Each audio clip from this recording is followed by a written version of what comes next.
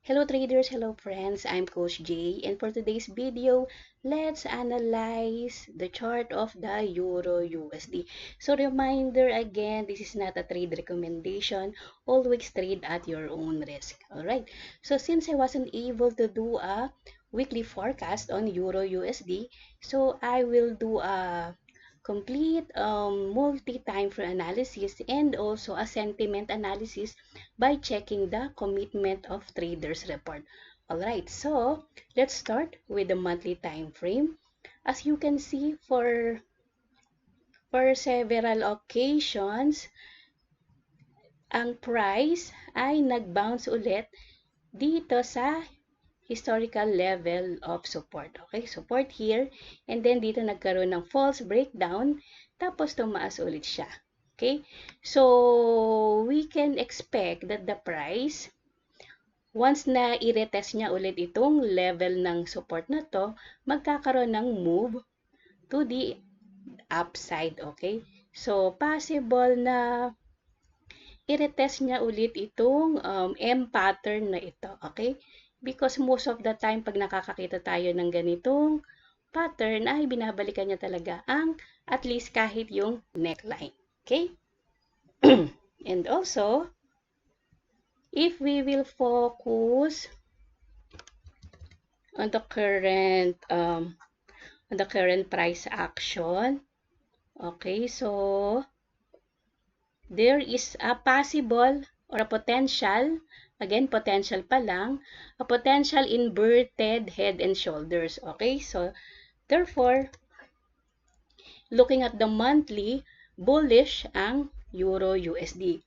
Looking at the monthly ha. Although, if we will focus dito sa dalawang candle na to, which is a doji, it signifies indecisive in the market. Okay, so therefore, may possibility na ang price will just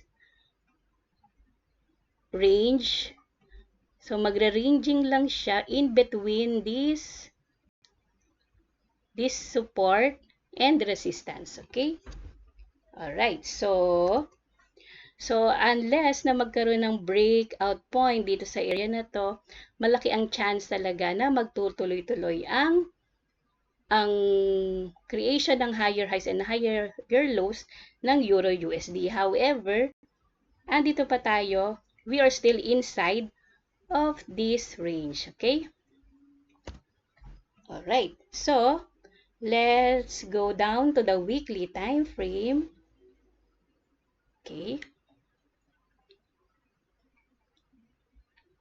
So here in the weekly time frame, okay, so we really can observe that the price is in a sideways market condition. Okay? Alright. So therefore, the price might just wiggle, range in these two levels of resistance and support. Okay? Alright? And then, before we go down to the daily time frame, let's go and check the COT report so that we know what is the sentiment of the big institutions. Okay, so here's the COT report. So please also keep in mind that this report is all traded against the US. So therefore, para na rin natin tinitignan ang Euro USD. Okay? As you can see, net long pa rin naman, 180,193 is more than 148,999. However, take note na nagkaroon sila ng additional short, which is very significant. Okay? So, to check, para mas ma-analyze natin kung ano ang trend. Okay. So, here, you can, if you can see, from 88,000 this January, okay, from 88,324 net long last January, ngayon ay only 31,194.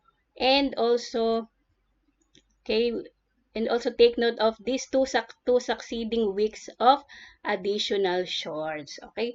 So therefore, the big institutions are moving back to the bearish side of euro. Okay?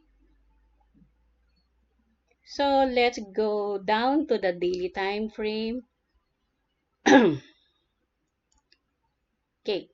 So here in the daily time frame, we can see that the price is creating series of lower lows and lower highs, which is a structure of a downtrending market. So therefore, we will only look, okay, dahil day trader tayo, because we are a day trader, we will only look for a selling opportunities. Okay? So, pwede tayong bumaba. So, dropping down here in the H4 time frame. Okay. So, here in the H4 time frame, EMA 200 is pointing downward. So, talagang with confluence of EMA 200 ang ating bias. So, let's check the Fibonacci ratio to check the possible correction. Okay. Alright, so the 50% is right here. Okay, and also we have a level here at the 70% level. So we can look for a selling opportunities once the price reach this level. Okay, pwede rin naman itong 38.2% kung okay sa inyo yan. Depende sa inyong strategy. Alright, so pwede kayong mag-look dito sa tatlong levels na to ng selling opportunities, okay? So ako, maglalagay na ako rito ng aking alert so that hindi ko na kailangan tignan lagi. Okay, so I already put an alert. Okay, so that's it. Thank you so much for watching and I hope marami ulit kayong natutunan. Bye-bye!